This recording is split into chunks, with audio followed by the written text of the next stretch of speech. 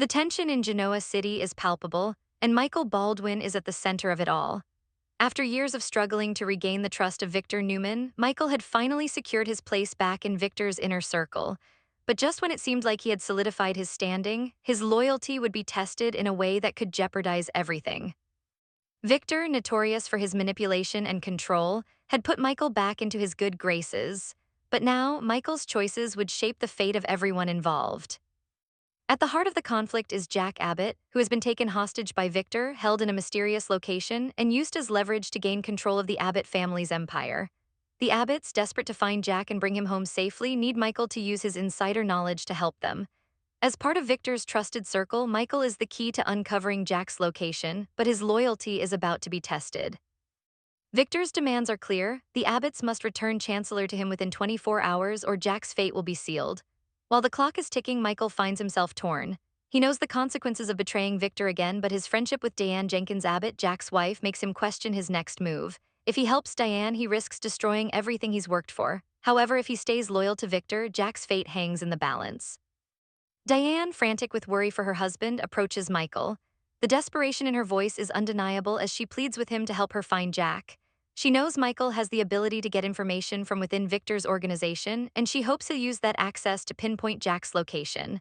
Diane begs him to put himself in her shoes. What would he do if it were Lauren, his beloved wife, held captive? Michael knows all too well the lengths he would go to for Lauren, and the plea stirs something deep inside him. Could he really turn his back on Diane, especially when she's in so much pain? While Michael wrestles with his moral dilemma, his wife, Lauren Fenmore Baldwin, also becomes a part of this tangled web. Lauren, ever the voice of reason, encourages Michael to do what's right, but with a heavy heart, she worries about the consequences. She knows that Michael could destroy his fragile relationship with Victor, but she also knows that he cannot stand by and do nothing. Lauren fears that this situation will put Michael in the crosshairs of Victor's wrath once more. Meanwhile, Victor's countdown continues. With every passing hour, Diane becomes more desperate and the pressure mounts. Michael tries to buy time, hoping that the Abbotts can work out a deal with Victor and avoid any further bloodshed. But the longer the process drags on, the more Diane's anxiety grows. She becomes more insistent, pleading with Michael to act before it's too late. She knows that without his help, Jack may never make it out alive. As Michael tries to navigate the dangerous waters of loyalty and love, his options begin to dwindle. Phyllis Summers, still holding the reins of Chancellor, refuses to give in to Victor's demands without a fight. The power struggle between Phyllis and Victor complicates everything. Phyllis, who knows the value of time in these negotiations, isn't eager to part with the company. She drags her feet, unwilling to bend to Victor, will without a solid reason. But each delay only fuels Diane's fear, and she pushes Michael harder for answers. The clock ticks down, and Michael's choices grow more difficult by the minute. He knows that betraying Victor again could cost him everything: his career, his family, and perhaps even his life. But what price will he pay for his conscience? With the deadline looming, Michael Baldwin faces the hardest decision of his life. As much as he wants to remain loyal to Victor, the weight of Diane's desperation and the bond he shares with her forces him to reconsider his options.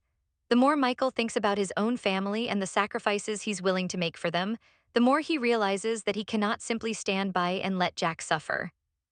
Victor's iron grip on the situation is absolute, and Michael knows that any deviation from the plan could spark a chain reaction of consequences that could change everything. But even as he struggles with his duty, Michael can't help but feel a sense of guilt creeping in. How could he live with himself if Jack is left to rot in some hidden location, all for the sake of power and control? Diane, knowing the odds are against her, doesn't give up on Michael. She continues to reach out to him, pushing him to take action. In a moment of clarity, Michael confides in Lauren about the situation. He admits that he's terrified of what will happen if he betrays Victor again, but he also knows that doing nothing is no longer an option. Lauren, though fearful of the consequences, encourages Michael to listen to his heart. She reminds him that while Victor may have been a father figure to him, Jack and Diane are family too. Michael's loyalty to his own moral compass must come first. With a heavy heart, Michael decides to take the risk. He begins to gather the information he needs, hoping that he can uncover Jack's location without Victor realizing what he's up to. The marina, a location that had been hinted at by anonymous sources, seems like the most likely place where Jack is being held. Michael's suspicions grow stronger as he narrows down the location to a specific marina, a site where the yacht that holds Jack is docked. But even as Michael plans to help the Abbotts, his mind races with the realization that this may be his last chance to make things right. If Victor finds out what he's done, it could mean the end of his career and his relationships. But the greater fear is the potential consequences for Jack if Michael doesn't act now. The decision has been made, and Michael knows that there's no turning back. He contacts the Abbotts and informs them of the marina's location, giving them the critical information they need to rescue Jack. The Abbotts, with Michael's help, launch a daring rescue operation.